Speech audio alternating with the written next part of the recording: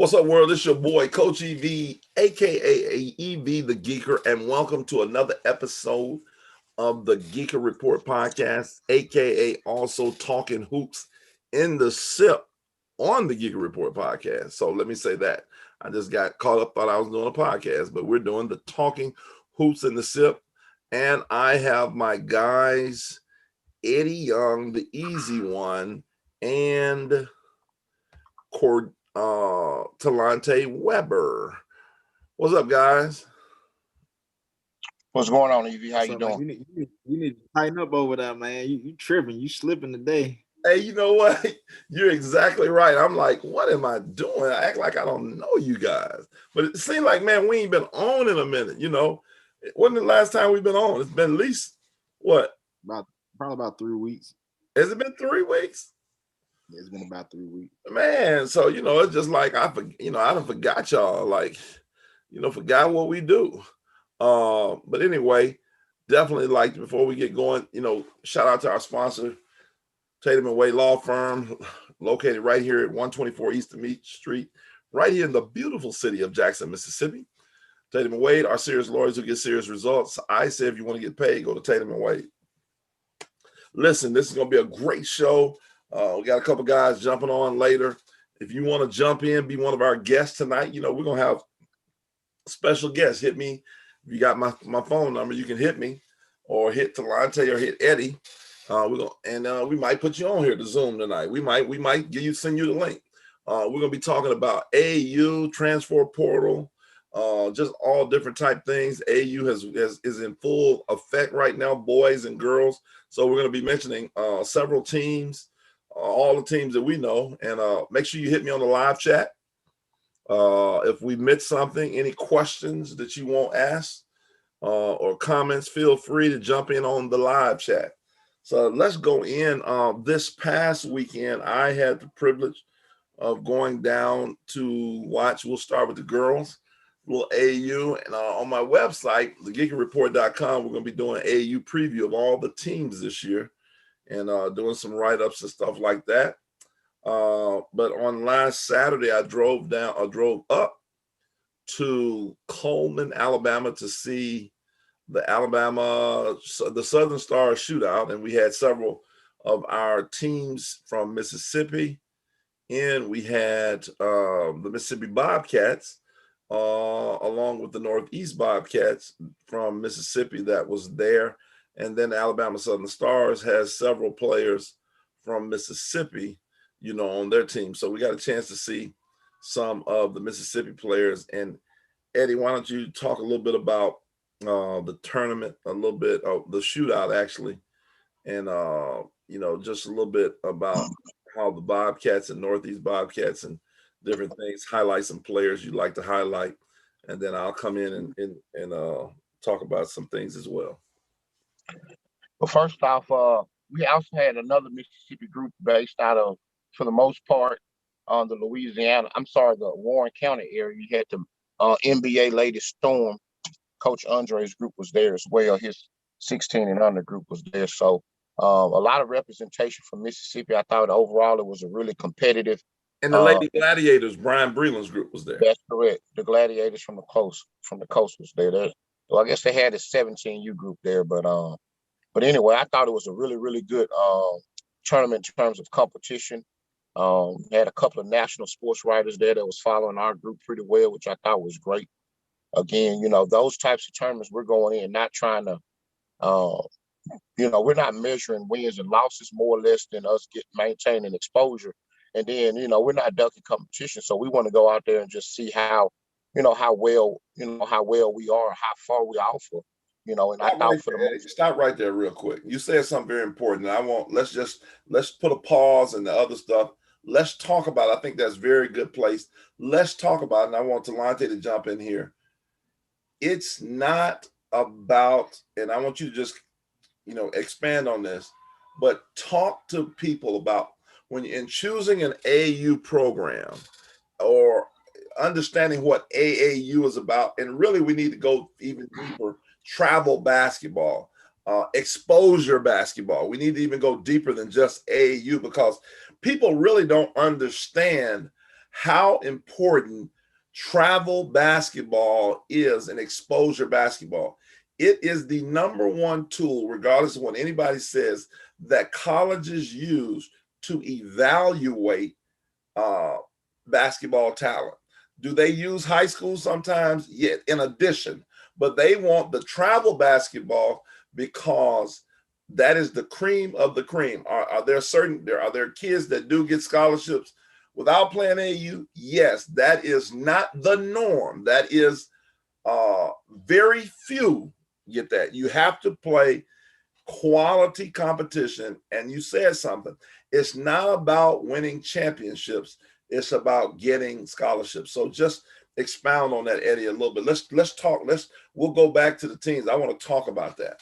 And go ahead. Well, I was speaking with Chris Ayers, the assistant coach at Ole Miss, a couple of weeks ago, and him and I had a really good conversation about, one of the things he was advising me on just playing in a lot of the events and more or less the same thing that you talked about, EV, how important it is to be in a place where you've got some of the better competition, because I think overall it gives your kids a better opportunity. I don't know any college coach that shows up and say, "Hey, look, the Bobcats lost by 20, so I don't want to offer any of their kids." Or if you win a game, you're not getting kids scholarship offers. I've always said, when you get kids into school, you've won. So you got to be in the building.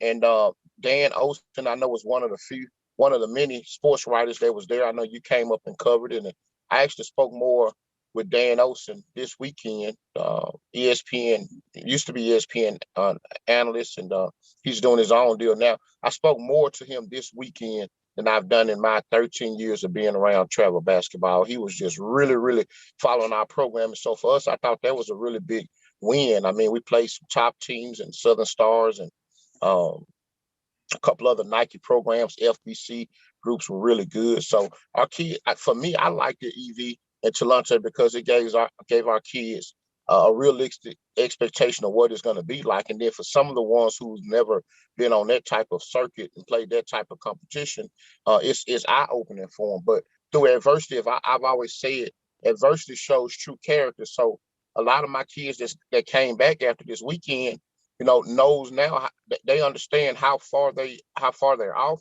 and how much harder they got to work. So to me, it was a win-win-win for us as a program. Again, playing against 3 EYBL teams within 10 points within our program. So that was, to me, playing against the Nike teams and the top Under Armour teams was really, really great.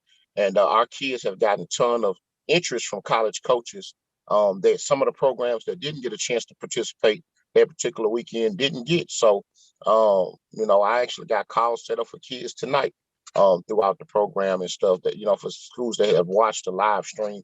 One kid that stood out who's getting a lot of attention right now is Miriam Prince, the kid from Leak Academy, man. She just went from unknown to known in one weekend. She had 33 points. I think EV was at that game, Talante, and got a chance to watch her hit 8. What was she, 8? I know she hit 8 threes. I don't know. 8 threes. Yeah, she hit 8 3-pointers in one game, man, and ended up with 33 points. And so she followed that up, which that was after a 29-point game. Kind of struggled her first game out against the Southern Stars. I didn't think she did a whole lot that game and just was off, but she definitely came back and savaged a great weekend. She did tremendous. Layla Carter was steady. I thought she did a tremendous job defensively on the 16U team. She's already picked up a Division I offer, and she's garnering a lot of Division I attention. A lot of college coaches like the 6'2" kid from Ridgeland, who's a 22, Caitlin Brinkley. She's athletic. She can run the floor well, can play multiple positions. She's probably going to be a small forward or stretch forward in college. 2023 or 2022? Caitlin Brinkley is a 2023. I'm sorry. 2023. Long range is 6'2", nice body, can run the floor, shoot the basketball really, really well. And then Rajane Hilliard, I know she's a kid that Eric Vaughn EV really likes, man. She's a 6'2" kid. She's had multiple games with over double figures in blocks. And as you can see, when you come into her area, she's like Mutombo. They call her, I think Coach Hunter called her the female version of Mutombo, man. She's block. You know what? I've mentioned some other players as being the best rim protector in the state.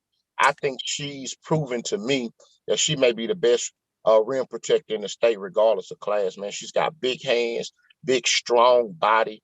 Those were some of the kids that kind of stood out in our group. 6'3" Lil Wilker did really good in her minutes. 6'3" kid from Brookhaven who's got a really good body in that 2023 group. Audrey Houston is a kid from Oxford who's been garnering a lot of attention. She's actually a top 5 prospect in the state, in my opinion. And she kind of got rolled her ankle on Friday, but she's tough as nails, and she came back and savaged a really, really good tournament. Had a 21-point game. Audrey Houston is a kid that I think is a no-brainer Division I player, Division I prospect. She did tremendous on that team. Darby Pitts from Manatee did well as also. I think she's got one of the best shots.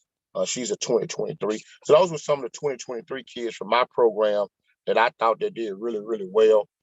In the 2022 class, I know Savannah Haley. I had a few coaches who was on Savannah Haley's radar, and she's always going to give you effort and energy. She's tough as nails, a rebound, defend her position. She did tremendous.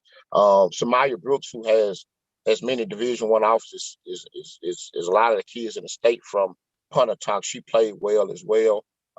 She's going to always be a kid that's going to get you rebounds, defend, be able to score inside and out. She's very versatile. So Somalia Brooks did well. I know a lot of schools were asking about her on the 2022 group.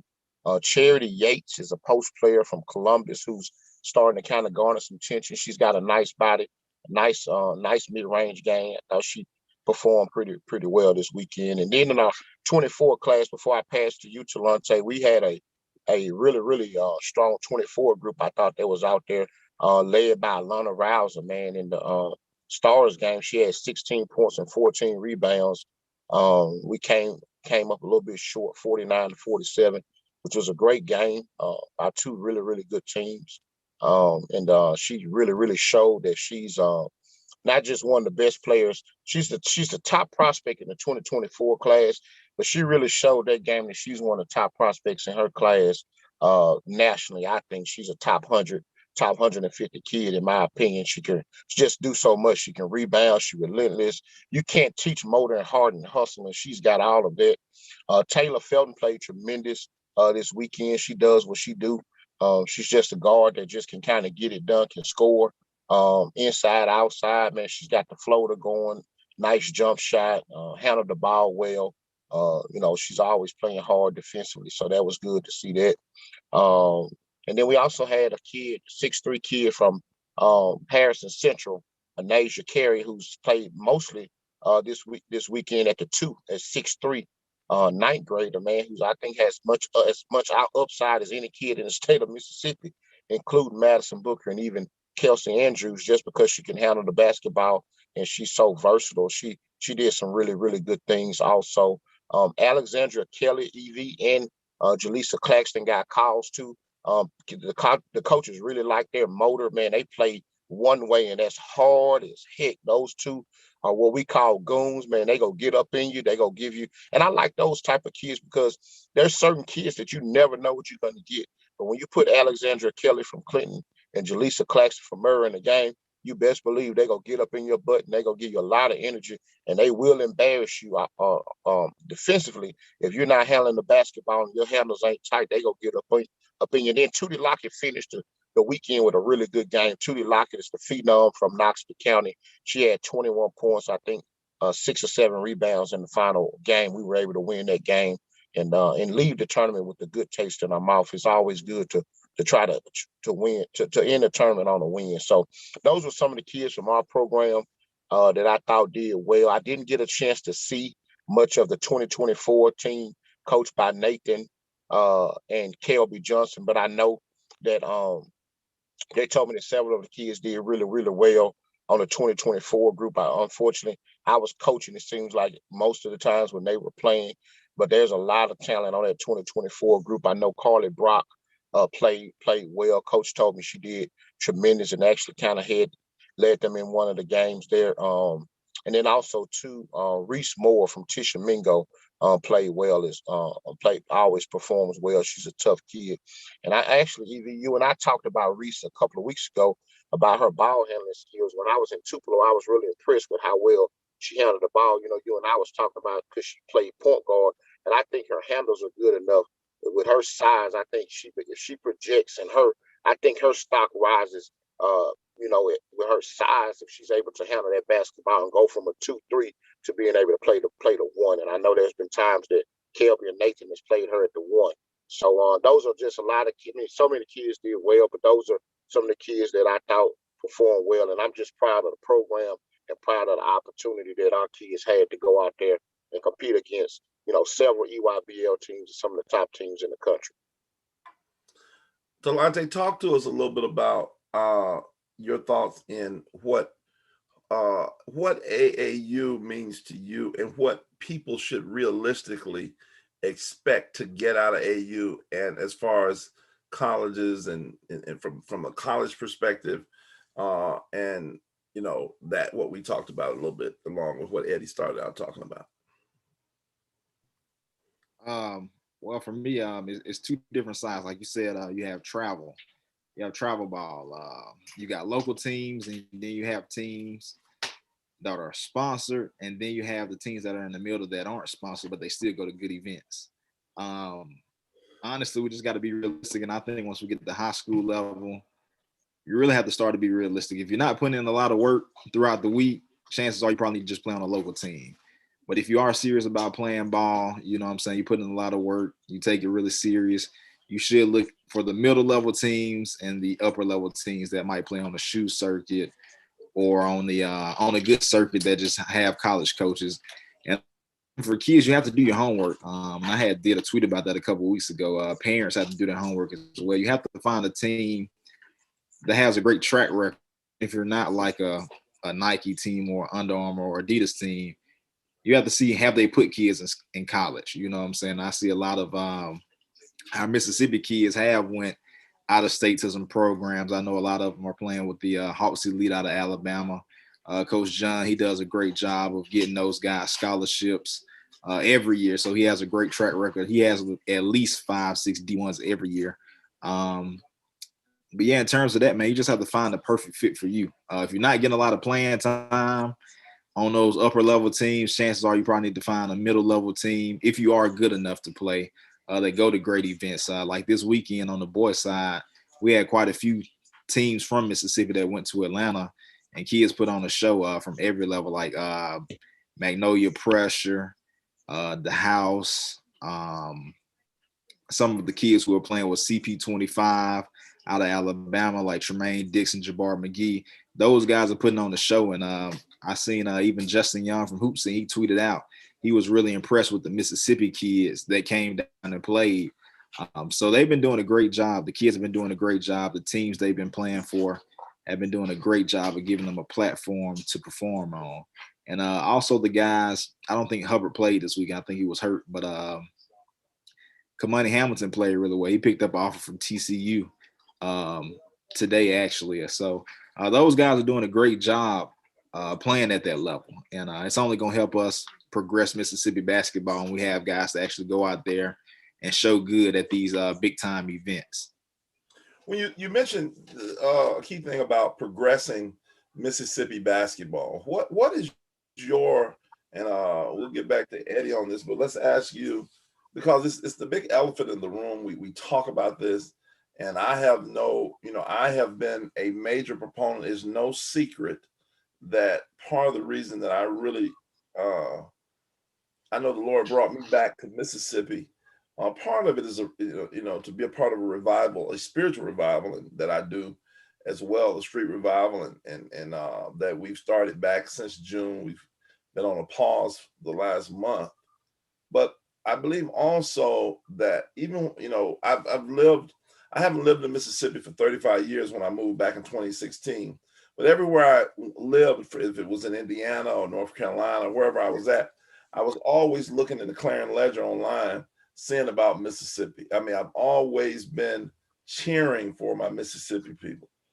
Jerry Rice, Walter Payton. I mean, you name it. Mario Hagan from Mississippi State. I mean, just whoever Mississippi, I was all for, for the most part. And so, how do you feel like? I don't think, obviously, when you look at Mississippi in terms of different things, let's not try to trick anybody, because I was on the outside. It's not looked at as a progressive state. We're always looked at getting the music last. If it's not, music, we're always seems to be behind the time.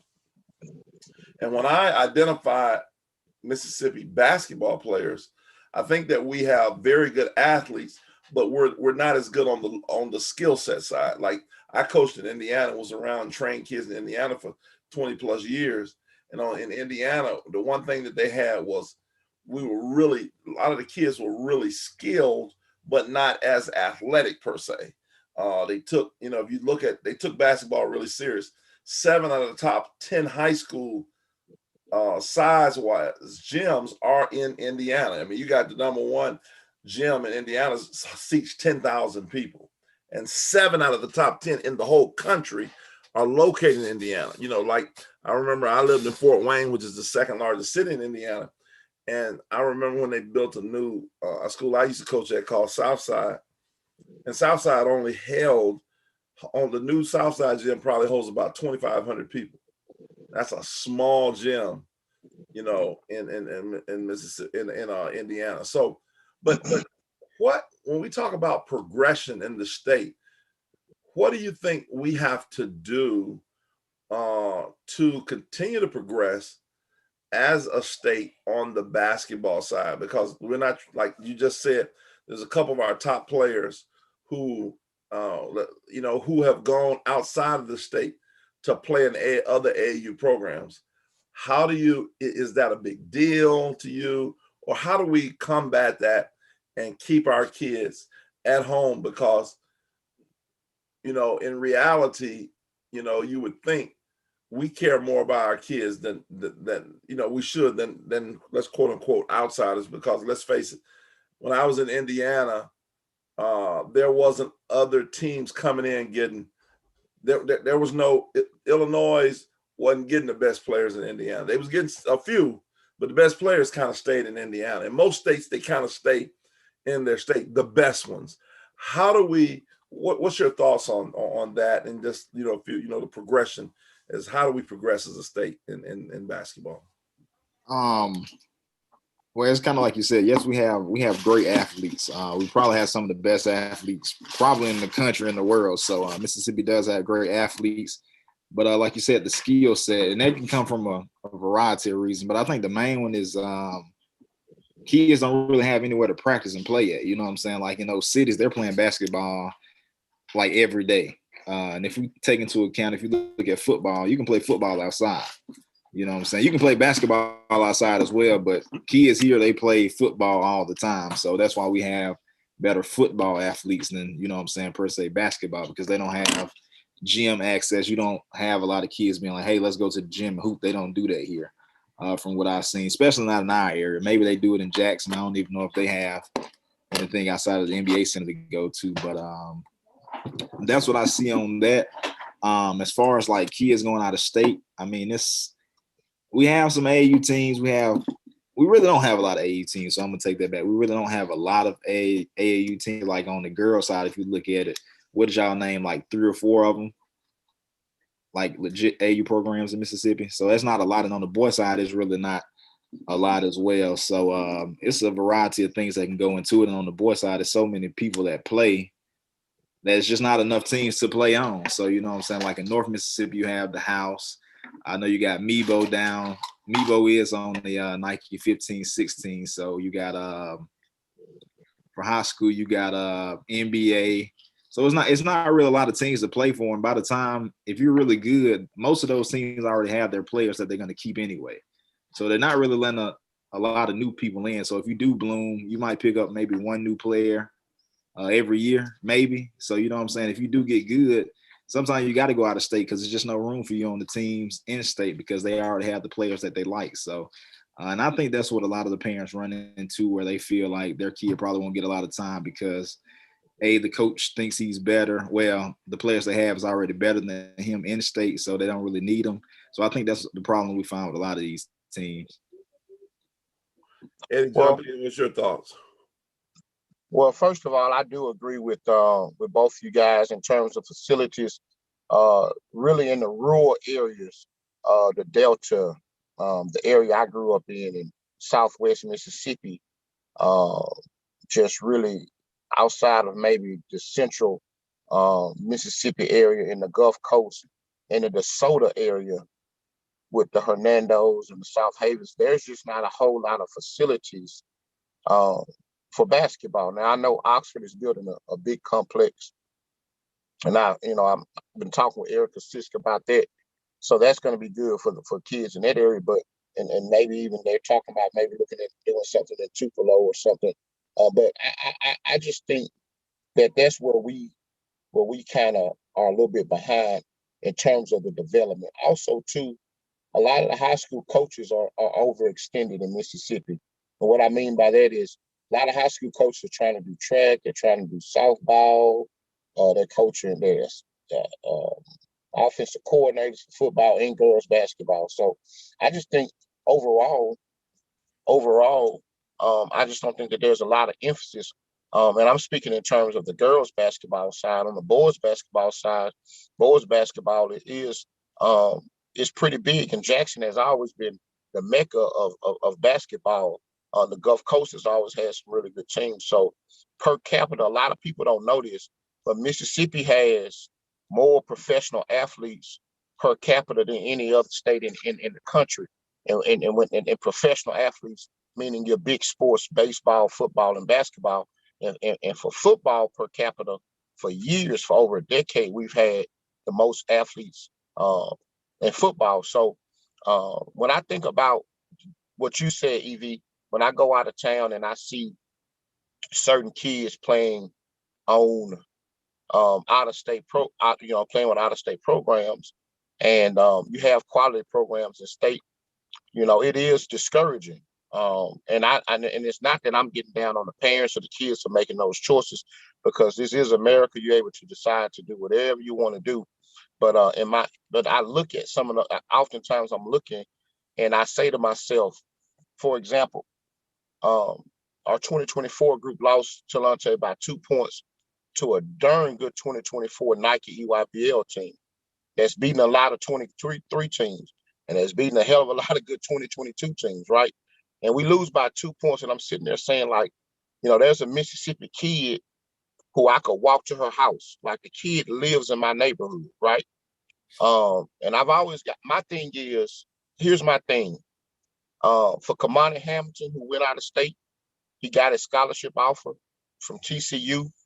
Man, congrats. Because, again, you don't get that unless you're playing travel basketball. He's not getting that offer at Clinton High School. Like, TCU ain't coming to Clinton to watch him play. So in that regard, if you're a kid who is going out of state and you're going to be a focal point on that team, then I applaud you and I say go do it.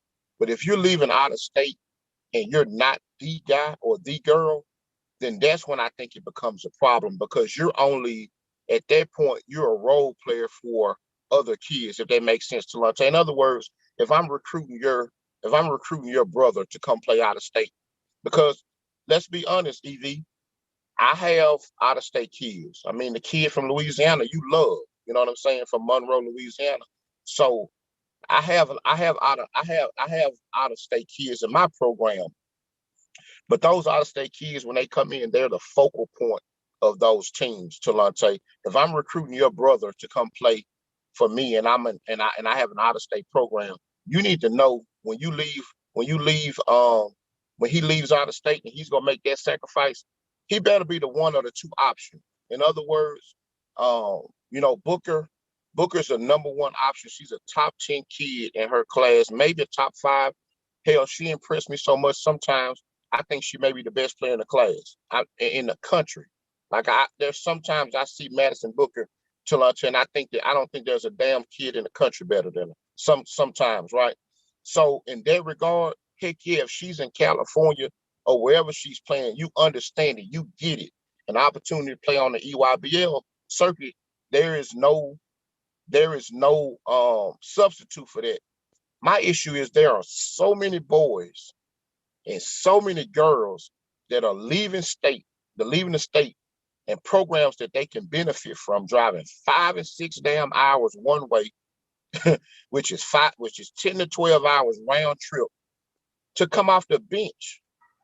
That's my problem. Like when you leaving out of state, EV, you better be the number 1 or 2 option. Like Kamani Hamilton is one of their top prospects. You know what I'm saying? Like when the MRA kid, he's one of their top prospects. You know what I mean? That's my only thing. That's my only take. Like, I think a lot of times we caught up in the grass is greener on the other side, and that's not always the case. At the end of the day, whether you get 1 scholarship or 100, how many schools can you go to? You can only go to 1. So you just need to find, I just educate my kids, look, find that 1 school that's right for you. And at the end of the day, that's all that matters, because, everybody road to success is different. So that's my only thing. Don't get caught up in the out-of-state deal. And I don't have an issue with it per se. If you're leaving to go play on EYBL or Under Armour, this is a better fit for you and your child. Do that, but just do that knowing that you're a focal point and that you're not going to sit on somebody's bench, and you're not going to be just another kid. In other words, that 23 team that Booker play on Talante, that's her damn team. You understand what I'm saying? So I get that. I just don't get the other thing, and so I'll shut up and get off my soapbox. Evie, you look like you're ready to jump in, man. So that's my opinion. You can agree to disagree on it, guys, but that's how I feel about it. Well, one thing I understand exactly where you're coming from, but as we welcome in Lavelle Shoes Johnson, I think one of the things, and I'm going to spend some time and do a whole video on this. I think we have to understand product versus program, and one of the things we need to educate people on is that when you have the product, you are in control. When you have the product, you have the leverage in the situation. There are some college coaches, it's very interesting to me. Some college coaches do push certain programs. And even AAU programs, they have relationships because and to be educated so you'll understand, they have these relationships with some of these programs because those programs has filtered some players in. So they're going to push you to certain programs. But understand this, when you are the product, even if you don't go to that program and you're good enough, they're going to come to wherever you are. I think what the challenge has to become, what the AAU programs have to do, even though what we call the mom and pop AAU programs. I remember when I started, me and my guy started Blessed IJN. What we tried to do was make sure that this was before the EYBL came, so there was a lot of independent tournaments and different things like that. We wanted to try to get in the best tournament possible, wherever they're like the best tournaments, period. We want to wear the best, wherever the smoke was, as they called it, that's what we wanted to be. And I remember calling program directors saying, man, put us, let's break down what a tournament looks like. And Eddie, you're a tournament director, so you obviously can understand this and even share. But what happens is most tournament directors, when they bring in top level programs, they're usually in what you call pool A. And and they make sure they play on the main court and different things like that. When we started out, we wanted to be pool A. They call them super pools now. That's what they call them. They go to super pools now, but they used to have 2 top teams, because see, they always have the 2 top teams go out of the pool. Now in super pools, everybody advances. But in the top, usually it breaks down the top 2 teams and then the 2 bottom teams. We weren't good enough to be the top 2 teams, but I wanted to be in the bottom team because I wanted to play the top team. Because why? That's where Rick Pitino was going to be. Now, Rick Pitino wasn't going to be there to watch nobody on my team initially. But once they came and see us, I've had so many kids over the years. I think about a kid named 6'10" kid named Richard Samurai. And he was playing on a local kind of team. And we recruited him because we were getting ready to fly out to Vegas. And he was 6'10". We said, hey, man, come play with us. Rick Pitino, all type of coaches going to be there. The best of the best is going to be there. And we talked to his parents, and they came. He left that gym. We came there with 0 offers and left there with 10 offers. I walk out the gym. Rick Pitino pulls my arm and says, we need to talk. I need him. I got to become your friend, because he wanted that kid. Now that only happened. It wasn't about EV. He didn't care about EV. And matter of fact, we lost probably about 20. It didn't matter. Richard Samurai had 12 points, a nasty dunk, some blocks, and he got seen. So it's important that, because Richard Samurai was the product. Did he play with Blessed IJN, the program? Yeah. We helped facilitate the product because we were playing in the right tournament. So I want to make this clear that the program is important. I want to make that clear, but the product is the most important piece. Yeah, I had talked about that all weekend. I mean, yes, you can have a great platform, but if you don't have the product, it's pointless to have a big platform if you don't have anything to show off. Absolutely. And see, these college coaches, no disrespect to Mike Krzyzewski, but Mike Krzyzewski, and I've said this, and I'll say it, I don't mind saying it because I say stuff. Mike Krzyzewski, pound for pound, is no better coach than me. Now, people can say, Evie, you tripping. He ain't. Mike Krzyzewski doesn't, like, he puts his pants on like me. I've been coached him for 30-some years too. Now, again, is he a great coach? Absolutely. But it's because of the product. Let's not forget that when he was at Duke initially, in this era, those first 3 years, he would have gotten fired based on his record. You go back and look at it. He didn't have a great record. He was terrible in his first 3 years. You said what now, Stu? He was terrible in his first 3 years. Absolutely. But what happened was he got better product. Man, everybody, I feel like I'm in church now. I need everybody to say product. Product. Let me say product. Touch 3 people. Turn around and do a 360 and say product. Type in product. That's what people have to understand, that it's the product. And we have all these people selling the program. And the program, don't get me wrong, is important. But the program isn't the program without the product.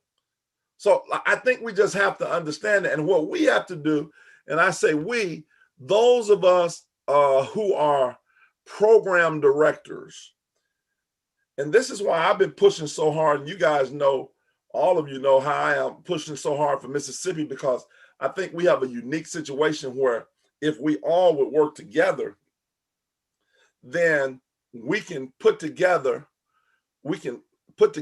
have a nice program with our product, and then they wouldn't have to go anywhere else. Let me say this, ZB. I was listening to you guys as I come in. The comments that they made. I'm kind of like everywhere else. I don't have a big problem with guys going out of state, especially if they are marquee guys like Devin Ree and Kimani Hamilton, and they're going to programs that are the big time programs, and they're going to be put in big time situations. But I think part of the problem, and I don't like to call it a problem, but the situation here right now is that the teams that are supposed to be the marquee teams, and I'm just going to say this, they are terribly run. They are terribly run. They're not producing. They're not a program that can attract high-level kids. The high-level kids feel they need to go somewhere that's better than the teams that we have here. Wait, you preaching tonight, ain't you? Hear me and don't like it, I don't care. We got 2 teams. One's supposed to be BL affiliated, one's supposed to be a Thieves affiliated. They are terribly run. I'm going to say it. I know all of them guys. Those guys, they may hate me, be mad at me for saying this. They are terribly run. They are not They are not caring, they're not putting a product out there that the kids feel like they need, that they're gonna prosper with. That's that good. So that's the biggest thing. I think if we had the right product, the programs putting out the right product for the kids to feel that they were going to get the right platform on, that the kids may stay around, you know. But I agree. we've gone through some ups and downs with some of our programs around here, and they just, it's always in flux. It's always something going on. Those programs from other states just have so much more stability than our programs seem to have. They seem to have so much more of an understanding of what it takes to be successful or put the right product out there at the level that they're playing it. I'm just gonna call it like I see it. I think our programs are not very well run. And I agree with you, Shooter. Let me jump in real quick because I want to back up because I need to make this disclaimer, even on the product program. The system that is set up now, which let's not trick ourselves, especially on the boys' side. If you can play on the and even the girls too, because this has changed where programs still do have a little bit, they're still not like the product, but they're easing their way up because of the EYBL. The Nike EYBL on the boys is nothing like it. Adidas ain't got nothing like it. Nothing like it. I'm sorry, Under Armour ain't got nothing like it. Under Armour. It is a Nothing machine. like it. You can go from you liking it. You can go from $100 to $1 million in one weekend. If you looked at it in terms of money. On the girl side, the EYBL is the number one thing. On the girl side is Alabama. I heard Nike in Alabama with the Under Armour got one or two teams, but from top to bottom, from my study, and Eddie is the girl person. I've heard Nike from top to bottom has the best teams. Now I know Eddie, you and the person, so tread lightly. I go out every summer, EV. Now, what Adidas is trying to do, that's the reason they split into two divisions, the SSB and the Gold. They're trying to match EYBL somewhat with putting an elite group together. Because we talking about girls. Their bottom is too wide. We talking about girl side. Boys, it ain't no argument. We're not arguing on boys. Yeah, on the boy side, it's just Nike. I'm saying that's why Adidas is doing that SSB and their Gold. They're trying to put their marquee teams, their high-level marquee teams, in a division by themselves, because as long as they had all of those teams together, there was too wide a gap from the top to the bottom. The bottom teams wasn't close to the EYBL teams. So they're trying to pull the teams that are close to the EYBL teams out and put them in a division of their own. That's what Adidas is trying to do. I don't know if they're going to actually succeed, if it's going to close the gap in it, but from top to bottom, there's nothing like the EYBL. We all are in agreement on the boys. We're talking about the girls. And what I was telling Talante, I still believe the girls on the EYBL are still the top. And then there are a few teams like FBC, who's an Under Armour, and I know Example Sports. And then there's Adidas, I think has some good. But I wanted to ask you, Eddie, you're an Adidas, team. Do you agree that the EYBL is the best girls program as well? No doubt. Is it no doubt? From top to bottom. Yeah, I would agree. Top to bottom, I think EYBL is the Walmart of retail. You know what I'm saying? Just when you think about what they've been able to do, and they are prestige too. Kind of like what Shoes is saying. That's one of the things that Adidas has been making some moves to try to level the playing field. But I think right now, I would say, Nike's number one, and then you can argue Adidas over Under Armour, 2 or 3 right there together. So, but I'll say this too. There's a lot of really good independent teams too that's not on the shoe circuit. The shoe circuit for us, us being an Adidas program, I think one of the biggest advantages that we had is it gave us a recruiting edge. That's why we've been able to go from one team to 5 teams to 16 teams, because I just think that it's a huge recruiting edge for us. And so, again, at the end of the day, I'll say this: Adidas, Under Armour, Nike. If you're a good player and you busting your butt and you're doing everything you're supposed to do, I guarantee you they gonna find you. I had one coach tell me, man, if they're at the top of a mountaintop in the middle of button up Massachusetts, they gonna find them if they're good, especially with technology now. It ain't like, see, people gotta understand things aren't like it used to be 30 years ago when you didn't have social media, all the social media outlets that we have today. So if you're a good basketball player, if you're playing with the Mississippi Mosquitoes, you are gonna be found. And I could easily sell that and twist it and say, hey, come play with the shoe team. You're gonna get what you deserve for everything that we've gotten out. To be totally honest with you, it's because of the hard work and the hard labor of us actually putting film out, Coach Felton. I guarantee you, there is not another girls, boys, or co-ed program that's got more video on YouTube than the Bobcats.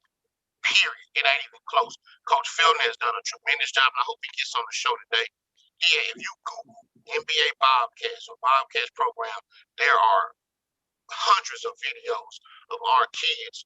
And I think that's invaluable, man. When you're talking about exposure basketball, you see so many programs don't have film for their kids, which I don't understand. So I think that has there are still high school teams in this state that don't film their games. There are still high school teams in this state that don't film their games. That's a hope. Not only do they not do that, they don't have rosters. They don't have an Eddie, something wrong with your volume. It sounds a little like, it just sounds like. All right, what about that? Can you hear me a bit better? Try again. Got to keep talking for us to know. Can you guys hear me a little bit better? Is it still the same? I can hear you. I can understand you. It's still fragile, but I can understand you. Like, I don't know, it seemed like you somewhere in a forest somewhere. I don't know, man. This could be the service, but anyway, I go on mute and try to come back in, and I'll come out and come back in and see if that helps any. Okay. Right. Go ahead, Talante. What were you gonna say? Like we used to run each other at Real Deal and places. I coached AAU with a pretty good independent level team when I was with the Jackson Panthers. I coached that group for a while, and we run shoe circuit. He was Adidas affiliated a while, but he never got a contract. But with Showquay, the former mayor here in Jackson, and I've dealt with that. So I understand what you're saying about you got to go out there. You got to play at the venues where the big teams playing. If you're an independent team, you still got to go out and play at the venues where the big teams playing at. Right. You got to do that and put yourself in a position to play against some of them. We were a 15U. We played a Friday morning game that's when they had the tournament in Memphis. I can't remember the name of it. Cowboy took it the next year, but the guy in Memphis, Bynum, had the tournament in Memphis, and he had a lot of good teams going there. At 15U, we played a Friday morning game one morning, and we were on the court following a 17U game. It was a 17U game behind us. And it was my Panthers versus the NBA with Hugh, DeVille, those guys, my kid, Xavier, and I had a couple other kids that played college ball. We played a game at Memphis, at 15U in front of, 15 or 16 Division I coaches, because we were in the right venue. The 17s were before, the 17s were behind us. They wasn't going nowhere. We sat there and we had a good, hard game. But and that was, when you see that with guys, when you can put guys in front of coaches like that, like you said, that is invaluable. That's what it's all about, putting them in front of the coaches.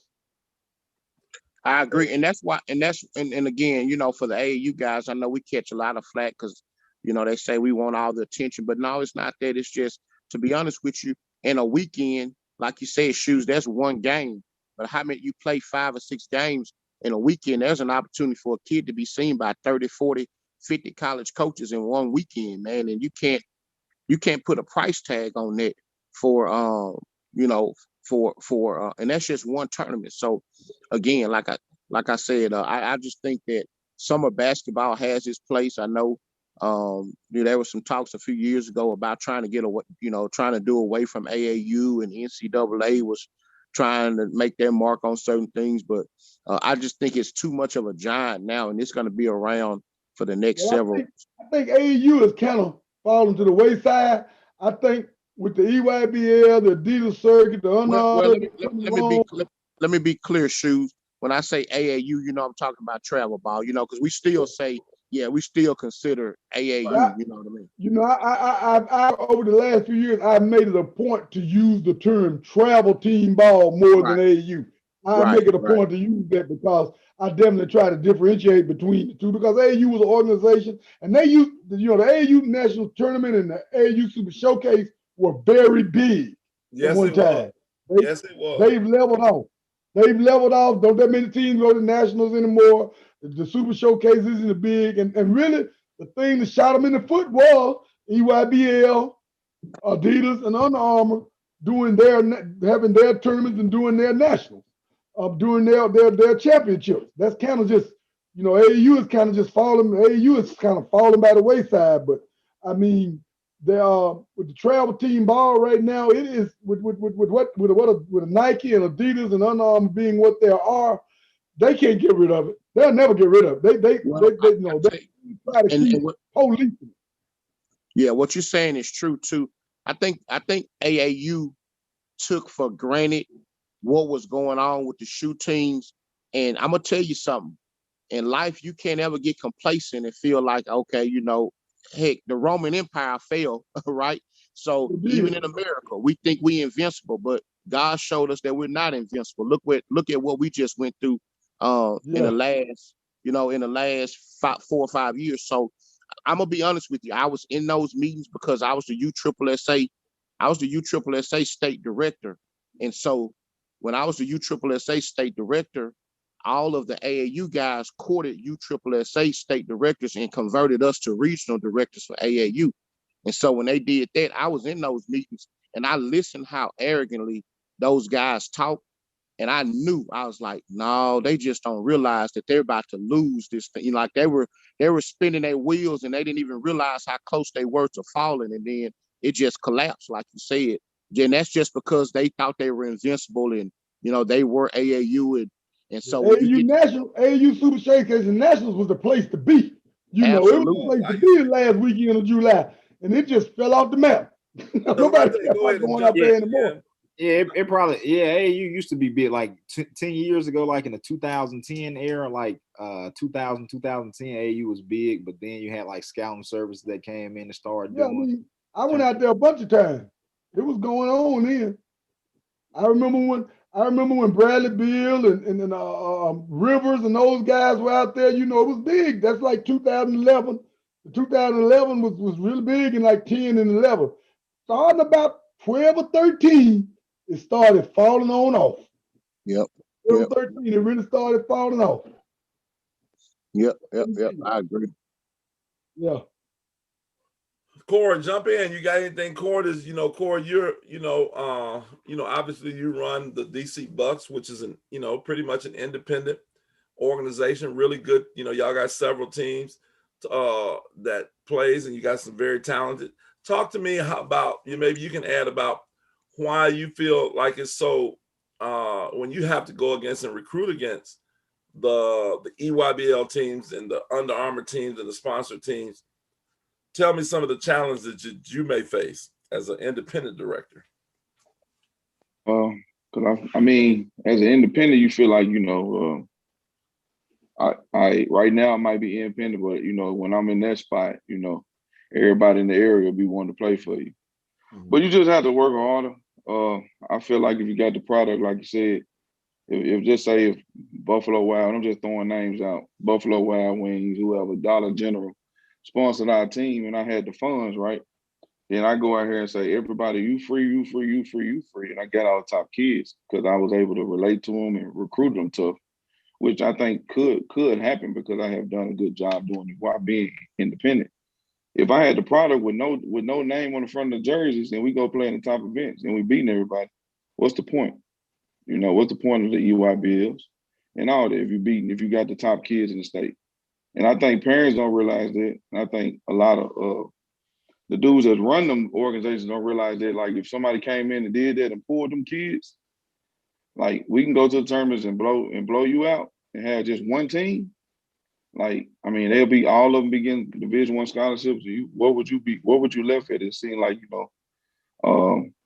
then I think that'll make a new wave, but it'll never happen like this. So I mean, I played the top 8. I was on Bellevue teams back in the day in Memphis, where we had all the top boys coming out of Memphis up in this area.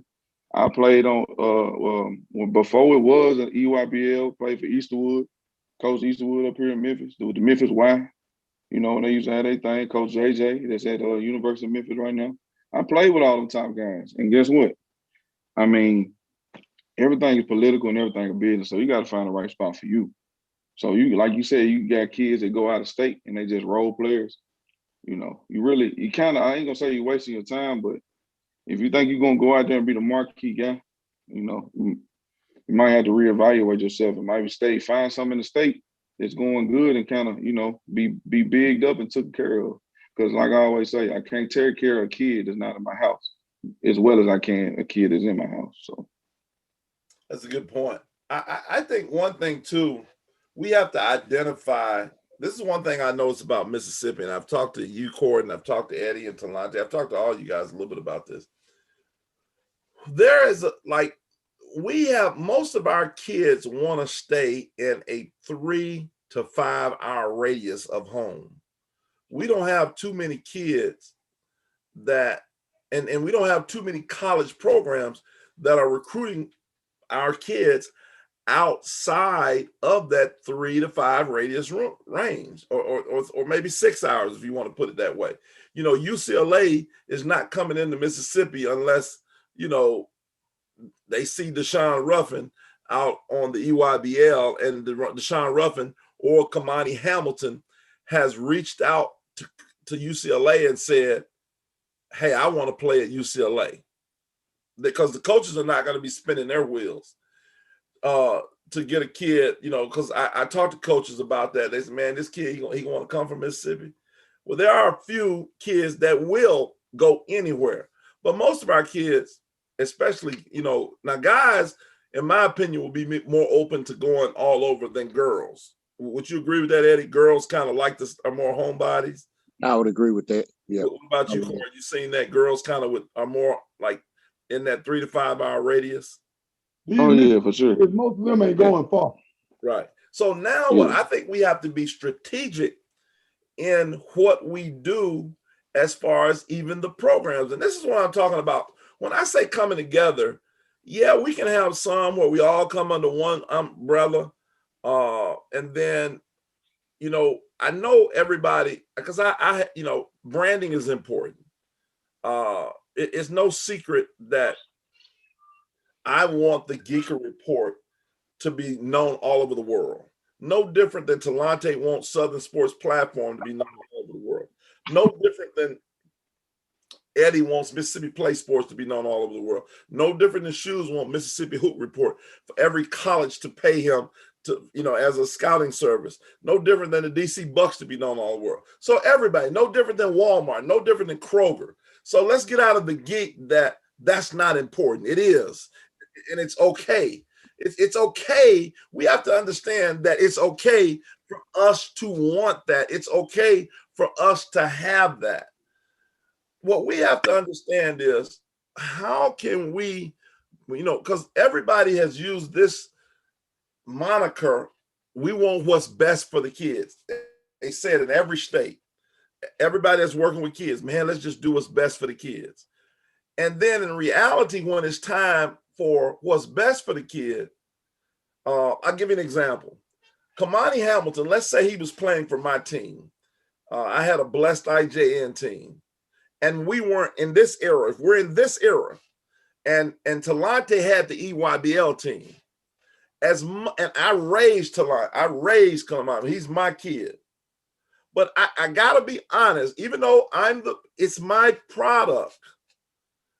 Talante, can I get Kamani some looks? Absolutely. But to be honest, for Kamani to get maybe the national looks that he's going to need. He's a national level player. He's got to play in that EYBL. Now, that's not the program, that's the league. It's a difference between the league, the program, and the product. But because Talante's program is in the league, if I'm really looking out for Kamani as far as getting national accolades, he needs to go play for Talante. And that's where you're talking about people talking about looking out for the kids. That's what we got to be honest about. A lot of people are not going to do what I just said because they want to keep the kid. Go ahead, Talante. Now think about this though. Even if you got Kamani, say if Kamani doesn't fit my team though, he's good. But say if he don't fit my team, where does that put him at? You know what I'm saying? Like, what about if he come over to my team and he don't play? You see what I'm saying? Because I do believe even though if you're good, sometimes you just don't fit what teams do.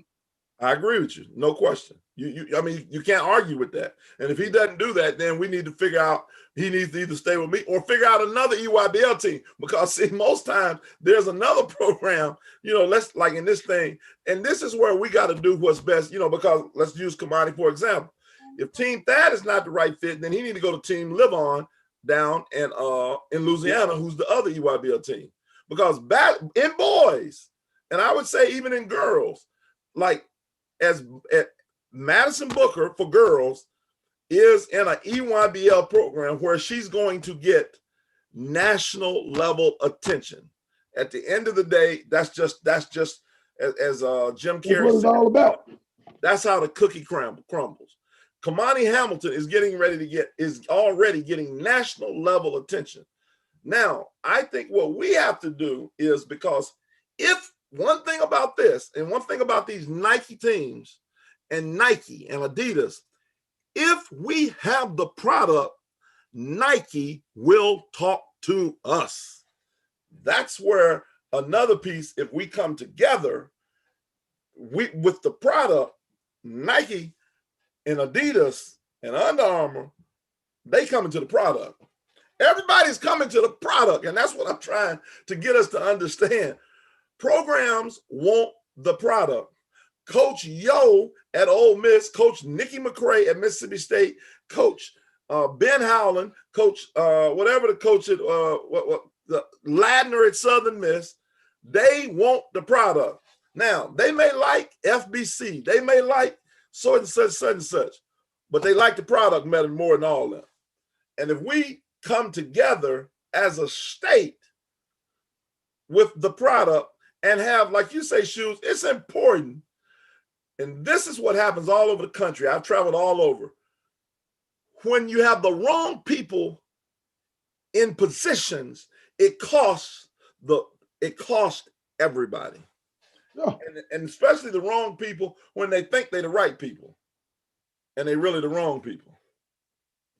We have to be, be honest. I'm not trying to hurt nobody. I'm not trying to be. I ain't trying to hurt nobody's feelings. I'm just calling it like I see it. Now, Shoes said that. I just was saying it's just I want to make that clear. But Shoes, I ride with you, dog.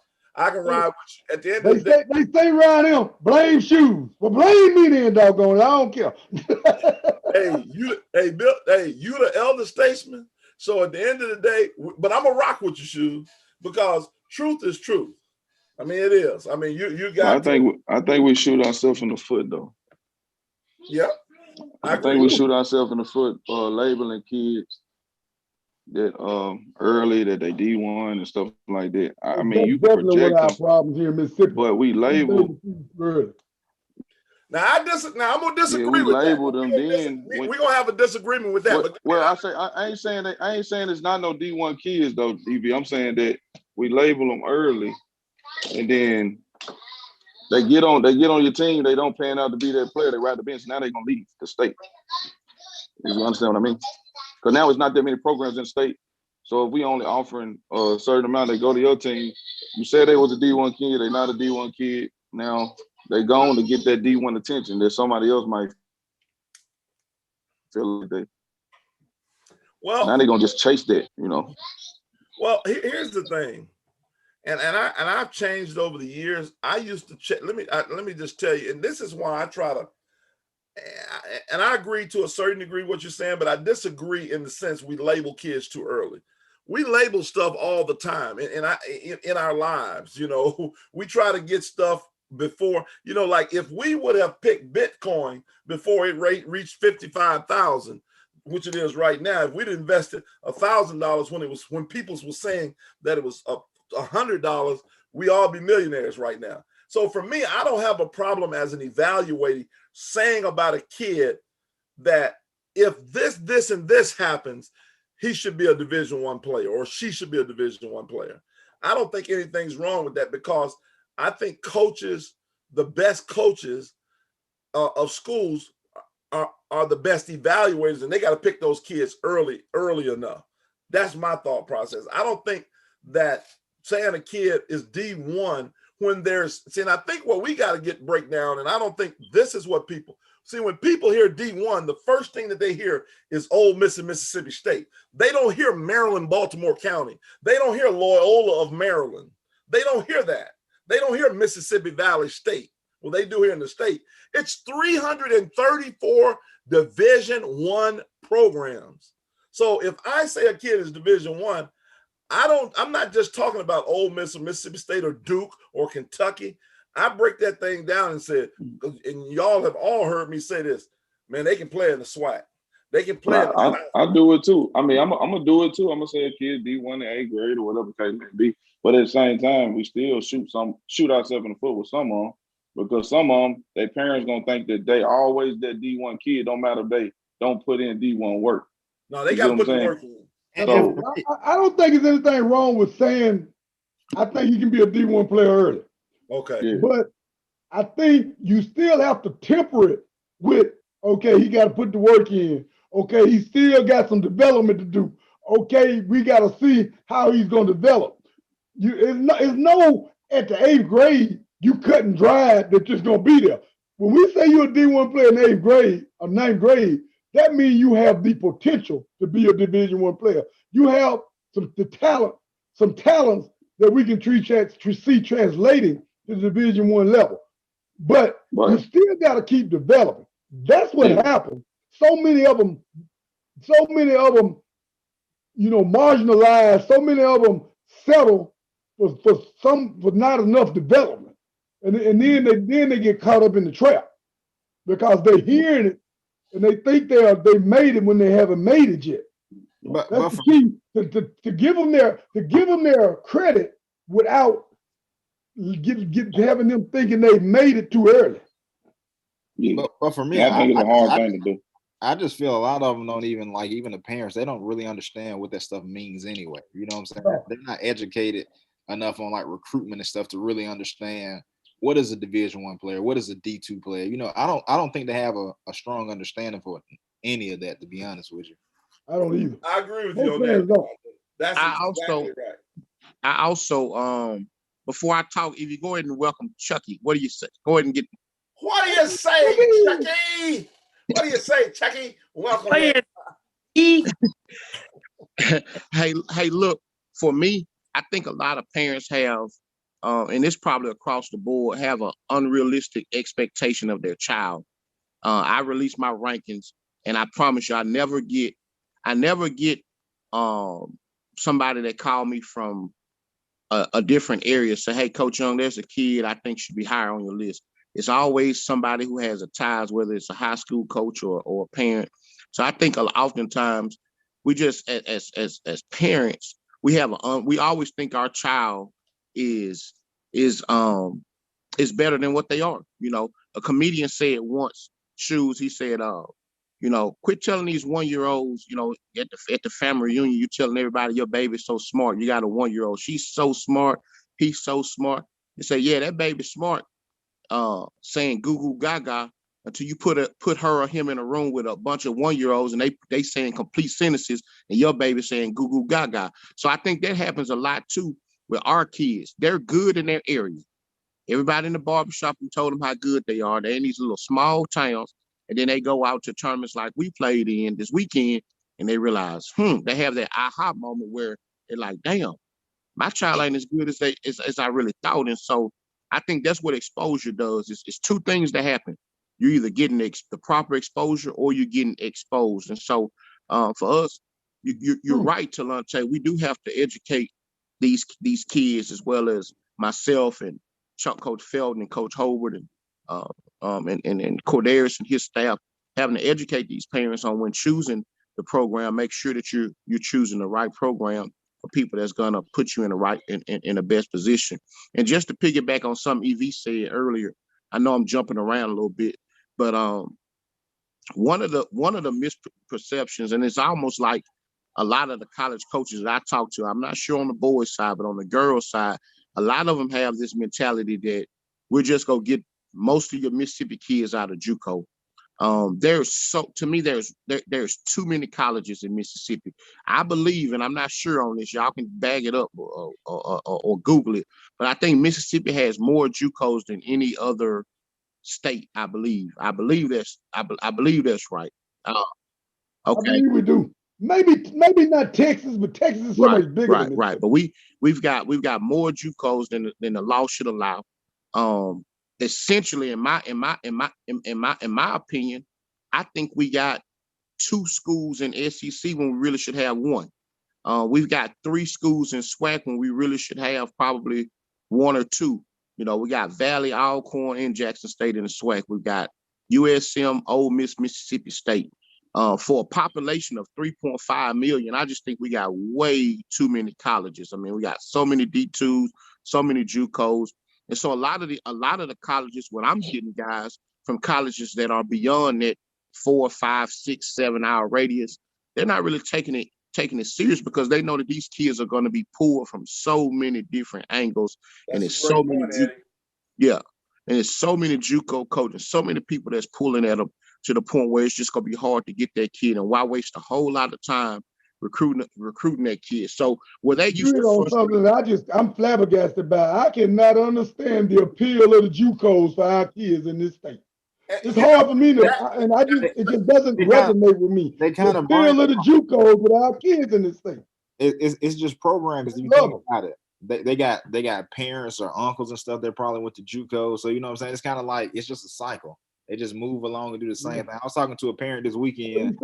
That's what we say. That's what we say about poverty. It's a cycle. That's what we say about poverty. It's a cycle. That's how I feel about it. That's how you say about poverty. It's a cycle. Yeah, but for real, I was talking to a parent this weekend. I was asking her where was her daughter gonna go, and she had told me whatever. But she said she had an offer, like a scholarship offer to go play at Alcorn. So I was like, your daughter picked to go to a JUCO over going to Alcorn?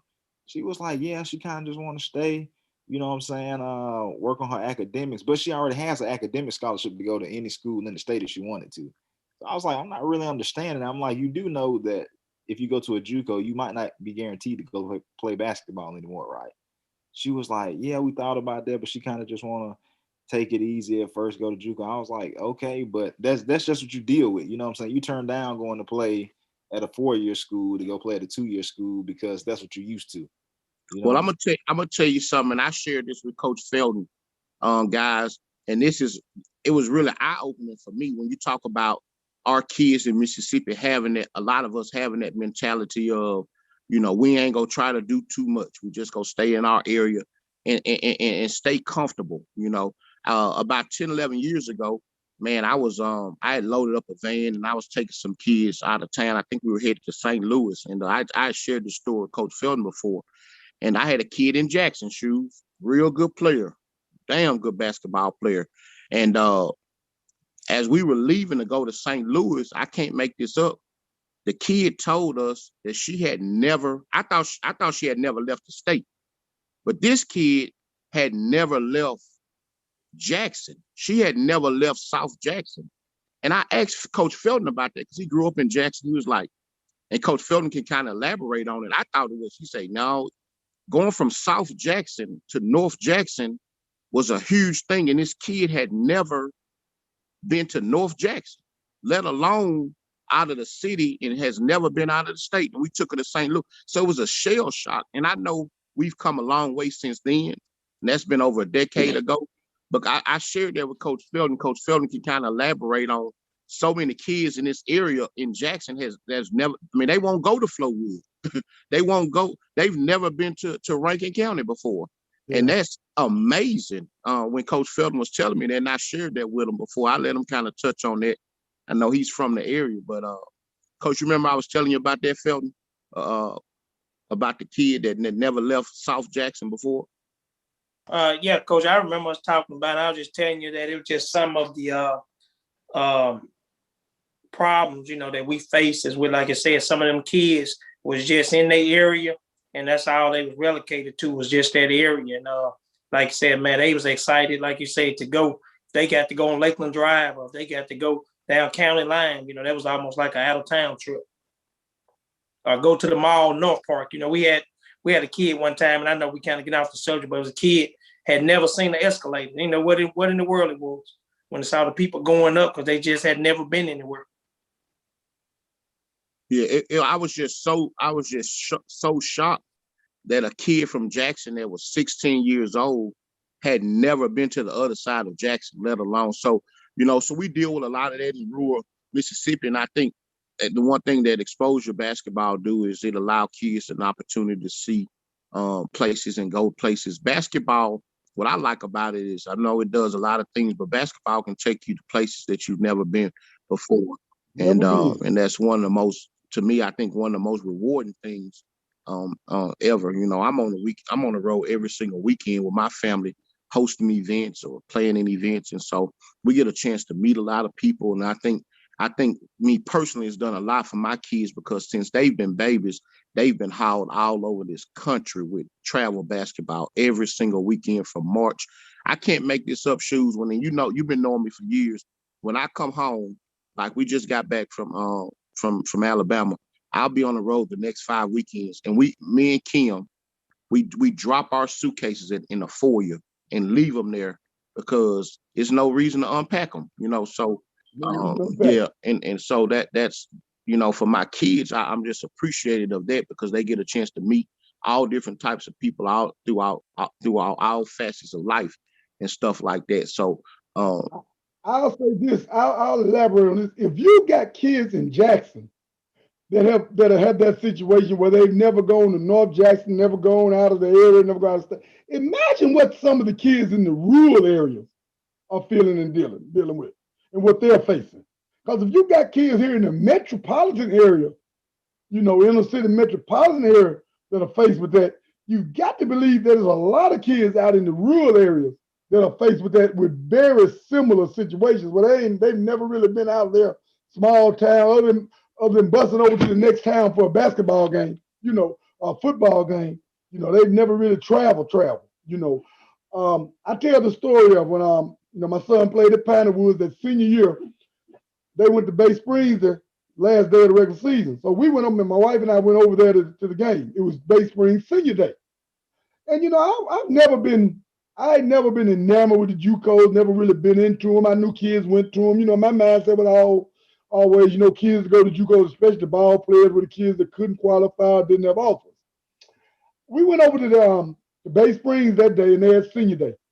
If they had, between cheerleaders, senior girls, and senior boys, if they had 15 kids that were seniors that day, they had 12 going to the junior colleges. They were naming the kids coming out and going, and it just hit me like a brick that day.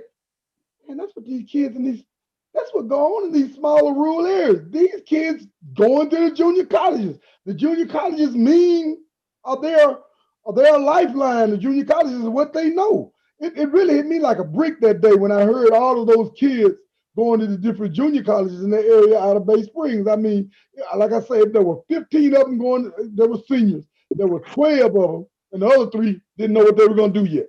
There were 12 of them. I think maybe 1 kid was going to a 4-year school. And it just hit me like a brick what the mindset is in these rural areas, that day. It hit me like a brick again. Well, you think about this. In basketball, you're only allowed the 3 out-of-state, the 3 out-of-state players that you can bring in. So if there's 15 JUCOs in state, and there may be more in basketball, I think it's 18. I think it's 17, 18. So you do the math on 12 kids times 18 JUCOs, that's like 196 players every year that's got an opportunity to go play college basketball every single year. So I think that's one of the things I think we've got. And again, it's nothing wrong with junior college basketball. It provides a great opportunity for some kids, and everybody, like I said, everybody's path is different. But I do agree that Mississippi per capita to have so many JUCOs, I think is just way too many. I just think that we got a can I play devil's advocate right quick on everything y'all said? Because I know we said something about not having organization is run well. So tell me this: if the end game is we always say D1, you know, that's the end game. If that's everybody's end game, how many players y'all know that didn't get a degree from Division I, that's at the house right now, that don't have a job, that they're struggling, probably on drugs, mental health issues, that they used to be the man, now they not the man. That's a struggle. I dealt with it myself. The end game for let me just, and you go ahead and finish. The end game is not just Division I. The end game is a college scholarship. Yeah, but what I'm saying is, I think the boys' game totally different from the girls' game. We need to get that squared away too, because the boys' game is more money in basketball for the boys. So you want to kind of stretch your leg out there and go Division I and kind of put yourself on the scene. But the girls' game is not that much. You know what I'm saying? It's not that much money. And I just had a girl that went to Division II, came back down to JUCO. Now she told the coach yesterday that she don't even want to play basketball anymore. You know how many girls do that? So, I mean, that's why I say we shoot ourselves in the foot with a lot of stuff we do. It's a double-edged sword. Yes, you want them to go to the Ole Miss, Mississippi State. I do. Everybody do. You know what I'm saying? You want that. You want them to do that. But at the end, we gotta kind of mentally talk to them that, hey, if this don't happen for you, it's not over with. You know, get your degree. Don't give up on yourself. Training portal going crazy because the kids probably been promised so much stuff. So now they don't get at that spot. They want to get at the next spot. You know, it's a kid at Memphis. I'm not gonna say his name. He went to Memphis. Now he at Ohio State. Now he trying to transfer again. That's crazy a little bit. You know, I know sometimes you're in a bad spot, but you talking about you're gonna go to 3 schools, possibly 4 schools. You know, so we got to educate them on that too. It is a double-edged sword. It's not, and I truthfully don't think there are only a handful of teams, programs, coaches in the state that really prepare their guys for college ball. Because when you get to college, it's a job, you know, especially at the high level. And like I say, so many of these kids, our top level players they're handed the mantle from the time they 7th grade on. They don't really have to work. And when they get to college, that's a culture shock.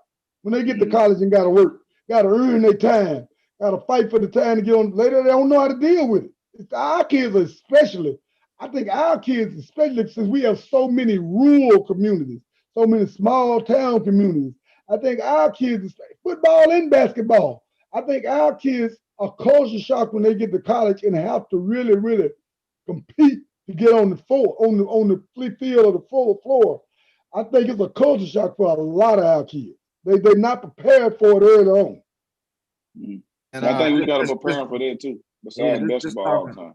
Just talking about the girls and the boys, I mean, the difference is you got to think, a lot of girls aren't going pro in basketball versus boys. That's what most boys are playing for. You know what I'm saying? If you get to that D1 level, now you have a better shot at going to play pro. Now, most girls, like y'all say, some of them quit or they'll stop playing because most girls know, well, when I finish, I want to be a nurse. So, you know what I'm saying? I want to be a teacher or physical therapist. So they already have their end goal in sight. But most boys, like you said, they're going to transfer until they feel they can get it right. Because you got guys that's playing until they're like 25, 26 years old just to keep playing basketball. You know what I'm saying? Because they still got that dream to keep going. But girls are just the opposite of that. They're more realistic. They know where they're going. You know what I'm saying? They know what the end goal is for them to get the degree and then go out into the real world and be productive citizen type thing. Well, here's when y'all hit when you talk about the transfer portal, you mentioned that Cord and you mentioned all these guys transferring and girls too, but in the guys, I think they say it's over 1,200 people in the portal. Here's what we have to understand, and our kids are acting like we act, and when I say we, they're imitating adults. Adults are transferring. We just don't call it a transfer portal. If they don't like the job that they're in, they go get another job. kids are only seeing what their parents, they're listening to their parents gossip and talk about other people. So what happens is the kid, when the kid hears the parent talk about a person, they take on the character of their parent, of the person, of the adult. So they don't like the person. So you have all of this stuff going on. I've been saying for years, it's not the kids. I remember the Lord spoke to me back in 2009. We have a what, and he spoke to me as I was speaking into a class, and I talked to him about, we have a whatever spirit has been unleashed on the world. Whatever goes, whatever you want to do, whatever is clever. And let's just look at it. Let's and this is, I know sometimes people, this get you in trouble, but man, I'm a child of the Most High God first. We have, and so I just got to speak truth. We have a society now that has now, we talk about entitled kids. We have entitled adults. Everybody's trying to do what they want to do. They don't care about nothing else. It's a whatever spirit that's been unleashed a long time ago. Think about this. And I know people go, oh, Evie, you didn't touch something. But think about this. This to me is the most unbelievable thing in the world. God himself created you to have a male organ. And then in your mind, you can switch and say, man, I don't want to be that male anymore. I'm going to be a female. And this is what I'm talking about. When you talk about a whatever spirit, do y'all see what I'm talking about? That's what I'm with you, EV. They can be mad at me all they want.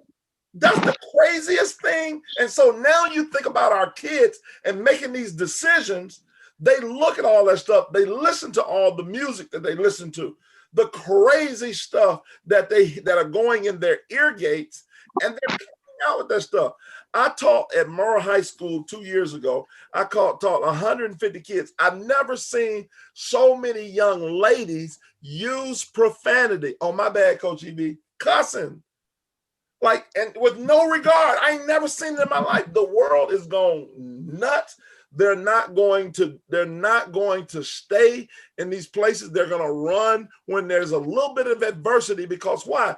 They see mama run. She done ran from daddy. Daddy done left mama. They done left. So we have a whole spirit of leaving. And so what do you expect when now everybody's leaving? When things don't go your way? I think you touched on a lot of really good things, EV. I'll say this too. We live in a fad society, in a fad, FAD, where if you come out with a new dance, everybody's doing it, right? You remember when Cam Newton did the dab, when he come out with the dab, and I'd be doggone it if 70 and 80-year-old women and men was doing the dab. So I think more of, you know what I mean? I think more of this shoes and Talkin and Chuck and Cord, a lot of this is a fad. Yeah. I mean, we're the same people who, when Popeyes came out with a chicken sandwich, you know, people were leaving lunch 3 hours out to sit in a line for a doggone chicken sandwich and killing people. One lady got stabbed to death about a chicken sandwich. So I think we live in a society where we're in a TikTok society, brother, where everybody, there's no leadership. You understand what I'm saying? There's no free thinkers. People who say, you know what, I ain't gonna do everything because I see this what everybody else is doing. So I think what you're saying is true, EV. I agree with you. And I think a lot of it is because this is a fad. It's cool because if I play ball with Talkin and AAU, hypothetically, and I play ball with Cordarius and AAU, and Cord and I talk, Cord jumped in the portal. So, you know, I'm gonna jump in the portal because some of these kids had some damn good seasons. You know what I'm saying? These kids are leaving some darn. We got a kid that was last year he would have been the leading scorer coming back at the school he was at. He transferred. He played minutes, started some on and off this year at the new school he went to, and he's back in the portal again. What is he looking for? Look at the kid, Demencio Vaughn. He leaves Ryder. He's the player of the year or first team. Goes to Ole Miss, sits on the bench. But a good thing about him, a light bulb came on and said, let me go back to Ryder where I had some success. See, we just have to, and again, now I want to make it clear, And then see, I don't want to just, again, that's why I want to blame. I don't want to blame just the kids. Coaches are doing a poor job of evaluating. They're telling kids they're going to come in and do this. And then when they don't do it, then they don't do it. The kids are like, man, you told me this. We live in a society now. These kids are not a do as I say, don't do as I say, don't do as I say, not as I do situation. That ain't working no more. When me and Shoes grew up, because we're the oldest, and Chuck is a little right below us, and Eddie not too far, he probably was in this too. When our mama told us not to do such and such, one thing, the problem was, one advantage we had, we didn't know that really mama was doing it too. That was the one thing, because we didn't have all the smartphones. We got way too much information now. Our kids are too smart. They too smart. The Bible says knowledge puffs up. It's dangerous. It's likened to the Bible when God told Adam and Eve not to eat of the tree of the good of knowledge and good of evil. We have eaten of the tree of knowledge, good and evil. It's called smartphones. It's called social media, and it's taking our kids to a whole nother level.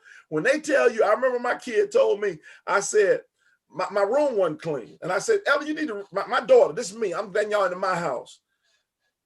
Daddy, your room ain't clean either. That's what she told me.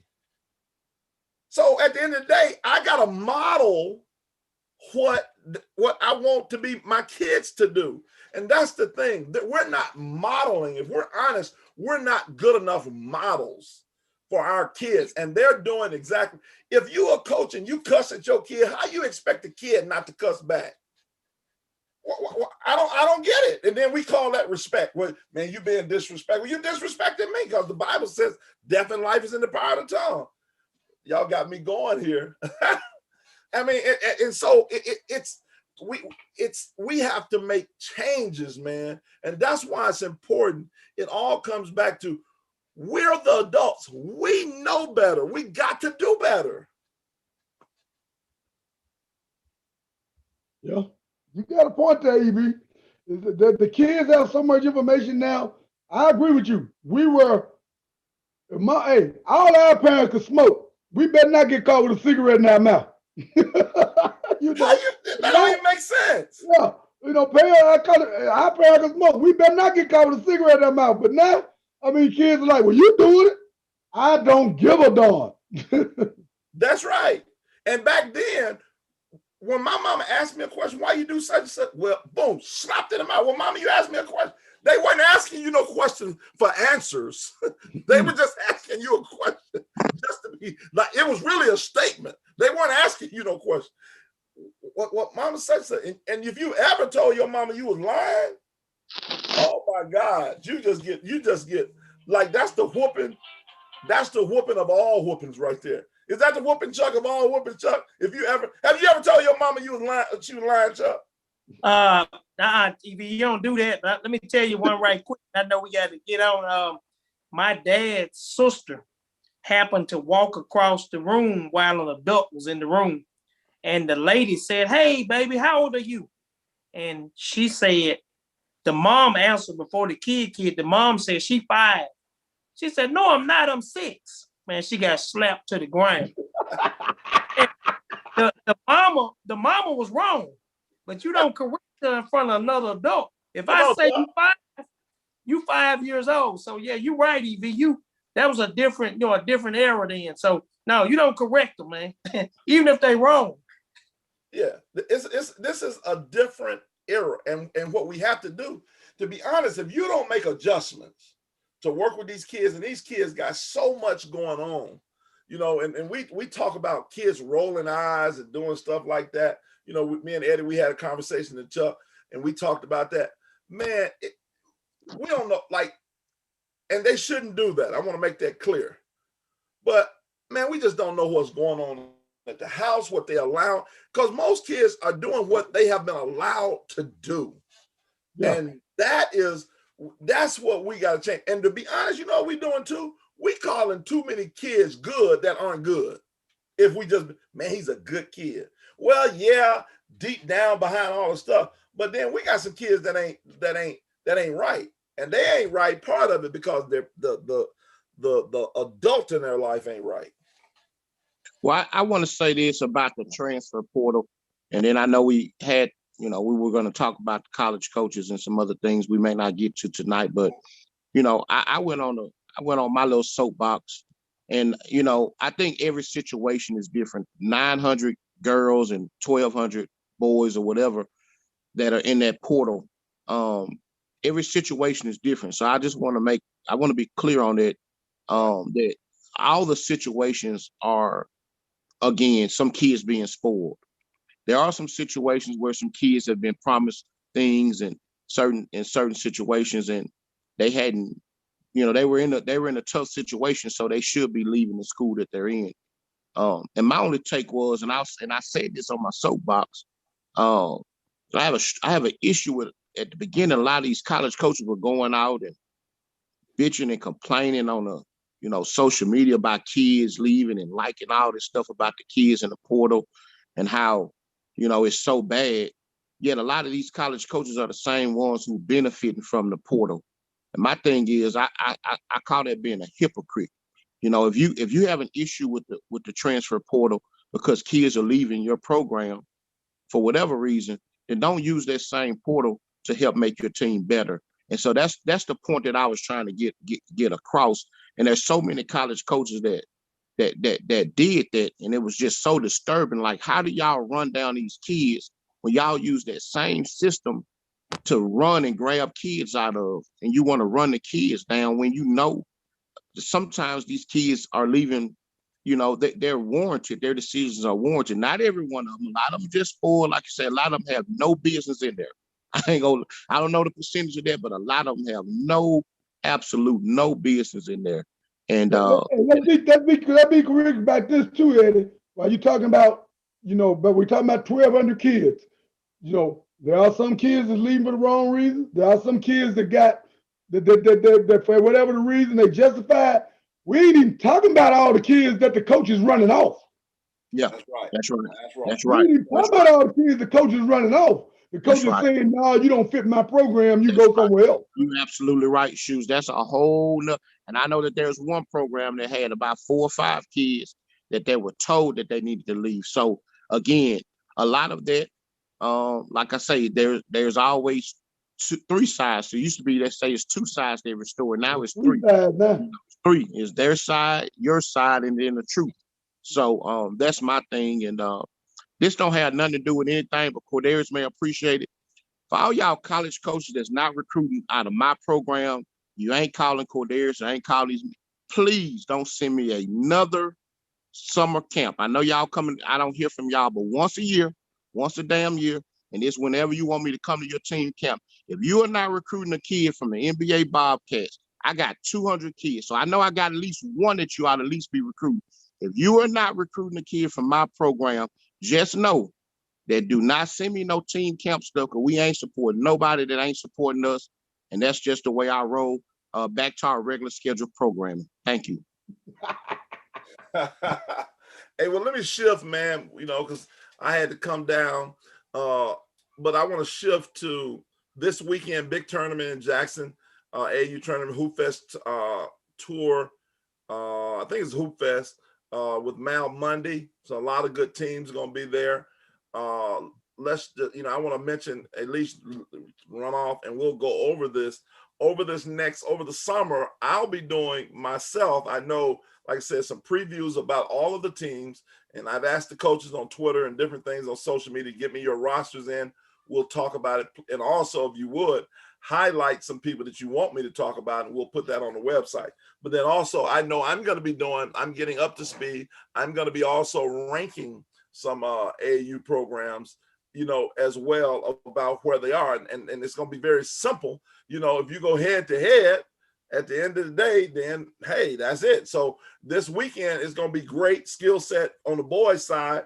We got Skill Set Elite is going to be playing, and Skill Set Elite led by Ishmael Rashid, very good team. Right now would have to, them in the house, I probably would have to put them. Does the house, Talante, have a 17 team or not? Or is it 16? Nah, they're just 16. They 23. Okay. Well, then Skill Set Elite was no doubt right now, we'd have to say is the top 17 and under team in the state. Why? Because they beat Snack Pad Elite and they beat NBA OSAG, which are, Snack Pad Elite, I think, is going to be going over now. And just those guys are going to be playing with Mebo. So they're all going to be playing this weekend. That's going to be great to see. Then you got the Starkville Switch led by Tricky Jackson. You got Mississippi United led by Greg and Alante. They do a great job. They take a lot of guys who that nobody else maybe want, the Corey Porters of the world, who had a great hoop scene. And the one thing I can say about Greg does a good job of getting those kids and good in the solid tournaments. He does a very good job. Absolutely. Greg is my guy. He's a great young man. And him and Alante, they do a good job. Alante is a passionate coach. He knows the game, and they do a good job over at Mississippi United. They got some good kids. I know Amorian Lust played for him in the past. They got the kid, Caleb Kent this year. Like I said, the Corey Porter, they got some good players. We also have Alan Hughes plays with them also, I think. Alan Hughes, that's right. Alan Hughes, another kid who is kind of an underrated kid who can play. 6'3" point guard, led Clinton to a state championship over Talante's Starkville team. And so that is a pretty good team. It's a new team out from north. I think it's your way, the Magnolia Pressure. I know at least saw Joe Hayes Austin is on that team. I think KOTC, Kings of the Coast. They down in the Gulf Coast. I don't know who's on the team. Hopefully they'll be here this weekend. And then your man Stacy with Team We It. His name says it all. He thinks they it. Team We It. He got my man Fats on the team. They think they it for real. I think they went 5-0. They went to a tournament somewhere. So they're a good team. And like I said, Ishmael, and I'm going to say this about Ishmael. Before I do that, I'm going to say Mark Rowe, obviously the veteran, Mark Rowe with OSAG. He has some very good players in Mason. Jacob Gazzo, who just committed to Ole Miss. Mark Drone, who's, obviously a good player, and some other guys. But Ishmael Rashid, I want to give him his flowers right now. Ishmael Rashid, I really believe a lot of people, for whatever reason, has taken this man for granted. Every big-time player that's come out of Jackson, and I have only been here 4 years, so Shoes can correct me, has played in the last, at least I can say the last 5, 6, 7 years. Ishmael done touched them kids in his Laker organization. Am I correct or wrong? He's touched a lot of them. He's touched a lot of them. I got to give him credit. He's touched a lot of them in his Laker organization. I don't know if he's touched everyone, but he's touched a lot of them. Yeah, he has his son right now. Obviously, OSAG NBA had young groups that the guys came up through their organization a lot of times also. But he's touched a lot of kids. I'm with you there. Let's give him his due. Ish sometimes is maligned. They say this, that, and the other. But I just want to say to you, Ish, I've gotten to know you for 4 years, and I just want to say thank you for what you've done and what you're still doing, and just keep up the good work. That's no diss at any other program. I just wanted to give that man his props right now because, let's face it, the great Omar Carter, the late great Omar Carter had a lot of people. I knew Omar back years ago. I met him at the John Lucas camp. And I actually met Omar back in 2003 when I came to Jackson to visit. That's the first time I met Omar.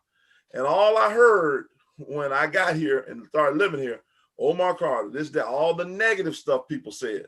And then when Omar got sick, now everybody want to come back, and there's nothing wrong with that. I'm glad that people did do that. But now it's like, oh man, yeah, Omar, and they, because he's gone or he's gotten sick. So we got to be careful how I said that to say this. Let's be careful among the people who we have among us, because we never know when we all may be out of here. So let's not be so quick to speak evil of someone, and let's just be careful about that, because we'll never know when they're not. And these kids, we can say what we want. These kids miss Omar Carter. Yeah. Some of us miss Omar Carter, you know, and so we should treat one thing you can say, he had the product. Absolutely. He had the product. product. And you know, and the thing is this, you may not have agreed with what Omar did and does, but I really believe at his heart, I believe this, that Omar loved those kids and loved kids, and he tried to do what he thought was best. And so we just let's always kind of remember that, you know, about it. So that's why I wanted to give a shout out to Ishmael. On the girls' side, real quick, we got, and also on the boys, we got the Mississippi Hustlers led by Thomas Williams. On the girls, we have Thomas Williams. He's also with the Mississippi Hustle. He was down at Cords. Cord did a great event down in Tupelo that the Bobcats was down at, and people saw him, and Brian Rucker did a phenomenal job. First class event. Cord is the founder and coach of the DC Bucks. Very good organization. Eddie obviously is the founder and well, he runs the Mississippi NBA Bobcats. You have Robert Williams running MTP, Gabe Barber, young guy, running Community Save, Brian Breland running the Lady Gladiators, and I don't know who's running the NBA Lady Storm. He's mentioning Community Saves Boys also. Community Save Boys with Kevin Walden. Kevin Walden, one of the top trainers in the state down in Gulfport. They're doing a very good job. I think they won a tournament here recently in their 15 or 16-year-old division. So if I missed anybody, Eddie, on the girls' side, let me know. Talante, if I missed Shoes, if I missed anybody on that, I just wanted to give shouts out to those people as well. So did I miss anybody, Eddie, on the girls? Chuck? Cordarius? Did I miss anybody? All I can think of. All right, as we get ready to bring this to a close. Well, hey, EV, I'm going to throw a shout out for the MCE. MCE, yeah, good. They're doing a great job with the younger groups. He's got his older groups have been playing, well with some under the radar guys. I definitely want to make sure we shout out MC, Mississippi Celtics Elite, Mississippi Celtics Mavericks Elite. So that group, that organization, the young groups are really good. They've been pretty much dominant around here. The young groups have the 7th graders, 8th graders, 9th graders. They've been kicking everybody's tail around here. Chris is doing a great job putting it together. He had a nice tournament this past weekend. It went over real well. He catches some flack sometime also, but I want to make sure we give him his due too. That group he's been really doing a great job with Mississippi Celtics and Elite. Chris Ellis, and who's the other? I forgot. Ty Hoskins. Yeah, Ty Hoskins. For the Bloodstaff Mav. They actually came together and they brought themselves and combined together, and they probably got 40, 50 kids, and they are he got some group. They're working together, and they're doing a great job with that younger group. They really are. Thank you, Shoes, for mentioning that. Matter of fact, they knocking on Talante's head. Talante got he got a middle school team. They ready to bust Talante head up there up north. They beat Osag. They ninth graders. They ninth grade teams beat Osag ninth grade team 2 or 3 times already. Okay, what you gotta say to that, Talante? They ready to bust your head too. And we ain't got to talk about it. We on the hardwood, baby. They can get, look. You know what I tell them, that we can catch it. We'll catch anybody at a tournament, out of state, as long as they're in Jackson. We'll catch anybody. What's the name of the middle school program that you helped? We GLA, Greater Love Athletics, GLA boys. We came to Jackson last year and played. GLA, okay, GLA. Yeah, we came to Jackson last year and played. Yeah, we was there. I mean, we ain't got to talk about it. We was there. We ain't got to talk about it. Okay. Well, what was that tournament that Starkville Switch won this weekend? Was that in the Starkville area this past weekend? Yeah, that was in Columbus. Okay. I thought so with the GTA. I remember they used to have a men's travel team called the GTA All Stars that I had a couple of battles with. Yeah, they still got GTA All Stars. Old Jeff Smith running. Yeah, that's who ran the tournament this weekend. Oh, Jeff Smith. Yeah. He been running that tournament for years, man. Yeah. Well, that's great. They had a lot of local teams, and it was a pretty good turnout. You know what I'm saying, to be in our area. You know. Well, let's get our That's last. the thing we have to think about. All of the quote quote mom and pop teams throughout the state that aren't high level AAU, not gonna really travel a lot, but they still giving kids a chance to play and get better. Absolutely. I agree with you. There's no substitute for kids playing ball, playing games. I'm in total agreement with, and because even what Eddie said, the negative, you know, like, and I agree with Eddie said it was too many schools, but on the flip side of it, Mississippi is one of those unique states that if you don't play AAU, you can go play and have a good high school career and get a JUCO scholarship. So on the one, scholarship, it's the only, to be honest with you, it's one of the few states that can happen. So on the flip side, we have to acknowledge that you cannot play a second of AAU ball and get you a JUCO scholarship and play for get 2 years of it. I don't have anything against them. I'm kind of puzzled by the appeal from the higher level kids, the kids that have Division I interest and kind of are Division I kids. It kind of puzzles me with those kids. You know, I know that there's a place for the JUCOs, and they do a great job, and they are there for the other kids that are underappreciated and underrecognized. But the kids that are recognized and kind of high, they have offers and looks, it's just so puzzling that so many of them choose to still go to the JUCO.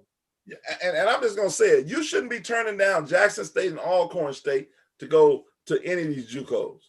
Let me just put it like that. Because now Jackson State to go to Pearl River, I just don't get it. No, and Jackson State got a player right now that could have been at Jackson State for 4 years and went to Pearl River, and now it's back at Jackson State. Let's just be honest about it. We got to call a spade a spade. That's what we got to do. We can't be, and it's nothing against, like, I'm with you, Shoes. There's nothing against, there's a place for the JUCOs.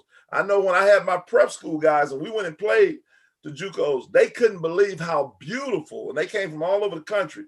They had never seen, they're like, this is a junior college?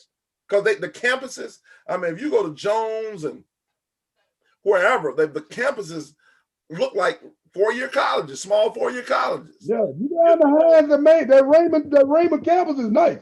Really nice. So you're talking about the grass is as green as it can be. It look like they painted it with a green color.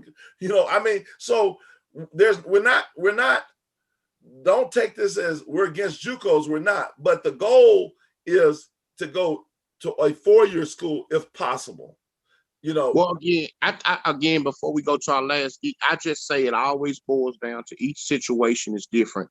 Jacayla Johnson Tour had 2 back-to-back ACL injuries. And, when she asked my advice about her school, she had ULM and a couple of other Division I offers on the table that she could have taken. Well, Coach Wilson was like, man, Mississippi State called. I think last minute Coach Johnny was kind of trying to get some information on her, and I thought they might have been able to get a deal with her at Mississippi State. And this is one time that I'll just admit when I'm wrong, I'm wrong. At that particular time, because she came off those injuries, I'm of the adage, if it's $20 in front of me, I ain't gonna walk past that 20 and hope that there's 100 there, because that 100 may not be there. I'm gonna take that 20 every day. So I thought some of the Division I schools that had offered Jacayla Johnson, I thought she should have picked that up. And that was my advice to her, for my 2 cents for what it's worth. And, that's my girl. I love her to death. And I know Coach Felton loves her too. And I think we both kind of said that. But I mean, that kid was able to go to Jones, right? The number 1 ranked JUCO in the country. And I think her situation, because she came off injuries, worked in her behalf. But she's a no-brainer, high major kid now. So in that regard, in that unique situation, I think her path of having an opportunity to go play at a JUCO like that, and Lauren Pittman and Missy and those guys do a tremendous. Devin's a hard worker. They do a tremendous job down there, and they've done a great job of putting Mississippi on the forefront and being one of the the top programs in the country. So I'm hoping that they're able to to go and win that national championship. Let's I know go, that. Jones. We got to win the national. We got to win that natty. We need you to win that natty. Absolutely. Absolutely. All right. Anything before we get to the last geek? If not, we'll start with you, Corey. Then we'll go to you, Chuck, Talante, Shoes, and then Eddie, and then I'll close it out. I really don't have last geek. Just try and get some things together, man. Have a good trap ball season. That's all. Well, let me say this, Cordell. Y'all be locked and loaded. Y'all be locked and loaded on the 28th through 30th. We hunting you, baby. Be ready. Come down with our. Yeah. We ready. I just got the forward I need. I just got 2 new players I needed. I've been waiting. Hey, it's a new day. I'm reloaded, baby. You ready? You ready? I'm ready come down now. to Jackson. I'm ready. Okay, cool. Chucky. Once again, I just appreciate you having me on. I know I got on a little late. I was listening to you guys before I even got on and had some really good dialogue tonight. I think that we are definitely headed in the right direction with our conversations, that we're all in this to try to grow Mississippi when it's all said and done, to put our boys and girls and young ladies and young men on the same platform as everybody else. So once again, thank you for having me. I enjoyed it. And that's my last geek. Talante. I just want to say, shout out to everybody who does run an AAU program or have a team, even if you're playing locally, national, whatever it may be. You still giving guys an opportunity to stay out of trouble and have something to do. And that's major in today's time for these kids. And shout out to everybody playing this weekend. Shout out to you guys if you guys are going to a girl tournament. Shout out to my group as they go participate in the first Under Armour Future Session in Atlanta this weekend. And just good luck to everybody in whatever you're doing. For the kids, just keep practicing hard. And when you get out there, like most of the Mississippi kids did this weekend, go out there and showcase what you got. Shoes. Yeah, I'm gonna piggyback off of it, man. Everything's getting in full drive right now. There are going to be tournaments and AU action, and the coaches they're about to let the coaches get back, start contacting kids, and hopefully they'll be out in July. Guys, take the opportunity here and to get yourselves your best preparation you can. So when you do get in front of the coaches, you can really perform. Really perform and give them something to see. For the teams, I know some of my comments can be kind of pointed. Don't want anybody to take it that I'm not supporting anybody, but I just like to call it like I see it. So you got, but I wish all our teams the best. I want best success for all our teams. That's why I'm a little pointed. I want to see everybody be the best they can be. Eddie? All right. Hey, I appreciate it, man. Look, another great show. I just want to say, shout out to a couple of signees today, Rashad Bolden, and just watching that kid grow and blossom to be a great basketball player. I think, I know it was a tough choice for him, man, choosing an opportunity to go play for his dad versus being able to go play at USM. I think USM is getting a gem in him, so I wish him the best of luck, as well as Janiyah Hinton. She's one. We all felt she was the best prospect left in that class, man. And I wish her nothing but the best. And so for us, I know at the end of the day, we all got our opinions of all of these different kids in terms of their talent level. But in the end, I can say that I'm genuine when I say that I really want all these Mississippi kids to do well. And so we wish those kids, they're just 2 of many that are going off and that are signing to go off to college here in the next month or 2, man. We wish you guys nothing but the best. And I'll just say that's my last geek, man.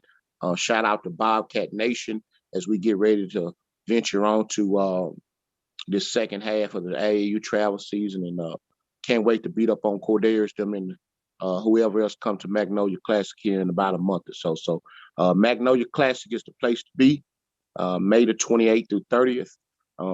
So if you want to come participate in some of the top teams in the state, and we'll be ready for you, boys and girls. So that's my last geek, man. Appreciate you guys. Again, appreciate all of you guys for coming on, and appreciate everybody for watching and looking at, like just watching on live and commenting. Thank you for all the comments. I see, Lauren Pittman, Melissa Walker, and all the other ones that have just jumped on. We appreciate all of you guys for jumping on. We appreciate Ronaldo. Let's see, Ronaldo Taylor. He comes on every week. We have people that come on every week. So I just want to let you know I appreciate all of you guys. And so I want you to understand that, all the things that have been said here tonight, there's been some things that you may or may not agree with, but, I think ultimately everybody on this panel, wants what's best for our kids, or at least what we think is best. And we may not always agree. Disagreement shouldn't lead to dislike. You may not agree with EV, but that shouldn't be a reason you dislike EV. We just agree sometimes to disagree. And so with that being said, just learn that even in your other interactions. And we need to understand that for all of our adults, our kids are watching us.